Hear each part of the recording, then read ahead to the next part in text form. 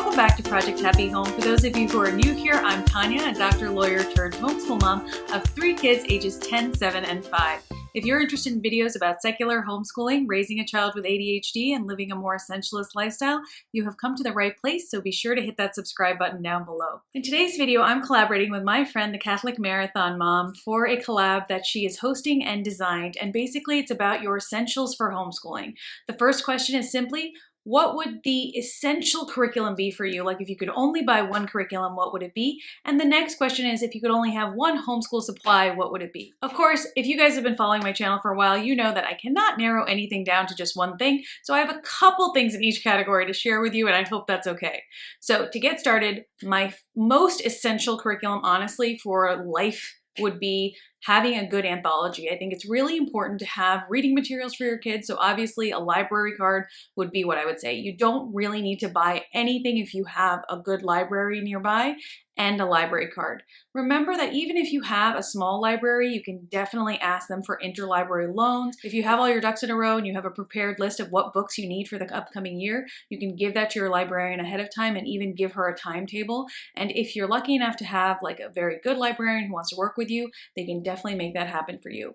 Even now in the time of quarantine, a lot of local libraries in our area at least have opened up for like curbside pickup. So those are all good options. So a library card would be my very first choice. But if you do want to buy something, I would say have a good anthology on hand. And the anthology that I have recommended in the past is this one. This is the Treasury of Children's Literature, the Hutchinson's Treasury of Children's Literature. Now I will link my review of this down below in the description box if you want to see it in more detail. But one of the reasons I like this one so much, and this one's the older edition, is that it has full color illustrations and it progresses in complexity as you go through. It has not only stories, but also poems and rhymes and riddles, and really it will carry you for the year. I like that because it progresses in complexity, you have more complicated stories towards the end.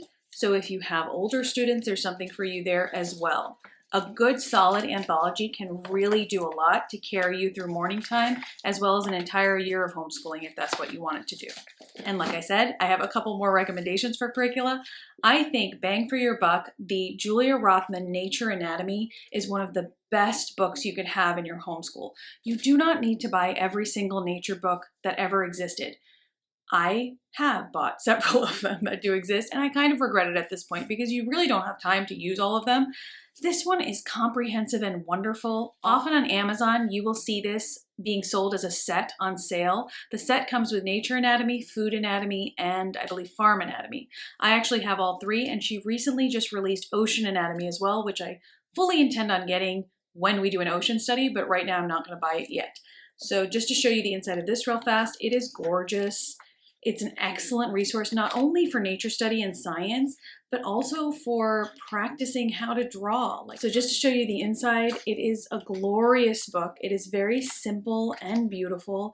Every page doesn't contain so much information that it's overwhelming. Her illustrations are simple enough that they're great examples for children to copy in their own nature notebooks. So I cannot recommend this book highly enough. I think if you only had one nature book, this would be it. Last but not least, my favorite math curricula is Math Mammoth, hands down.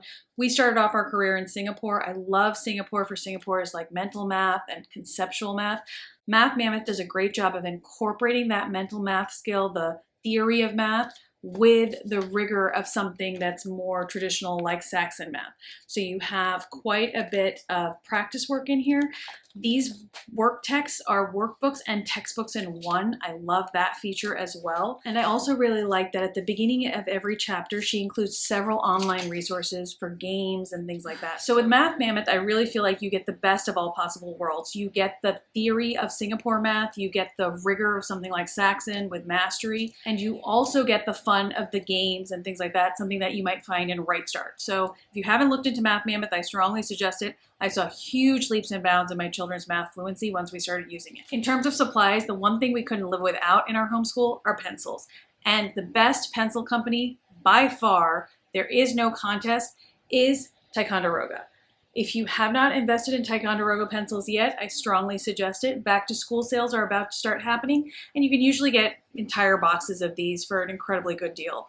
They don't break, they don't splinter, they sharpen really well. So this one's the regular number 2 pencil. If you can see, this one's a little bit thicker, and this is called my first try-write. And if you look at it closely, you can see that its profile has like 3 rounded sides. It's like a rounded triangle in cross-section. And this is an excellent pencil for like first-time writers, for little kids who are learning how to write. Honestly, I find them really comfortable to write with even at my age. If you wanted to stick with just these, you could. I like having both. I like to save these for my youngest just because I only have 10 of these and I have a million of these. And of course, last but not least, if you do use pencils in your homeschool, you need a good electric sharpener. I promise you, this one has lasted me since the very beginning of our homeschool journey 4.5 years ago, and it has never failed. This is the iPoint Evolution by Axis. I got it off Amazon. I would put it into your favorites and watch for a sale. I can't remember how much I paid for this, but I will link it down below. It's excellent. It has this little wheel that turns so you can sharpen the try-writes in here. You can sharpen drawing pencils. You can sharpen thin novelty pencils and number 2 pencils. Where it says S, if you can see up close, that's the standard one. So your standard number 2 pencil fits perfectly. It works perfectly every time. I'm not going to open it here for fear of shavings coming out, but basically you slide this plastic part open and just dump it and pop it right back in. It is excellent. It plugs in. You will not be disappointed.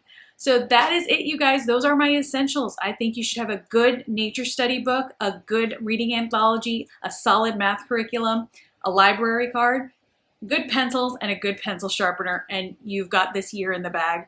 So for everybody who's new to homeschooling, welcome to this community. Whether you're homeschooling just for the year or you're going to continue on forever, welcome. I hope that you find all the resources you need from those of us on Instagram and on YouTube who've been talking about it for a while.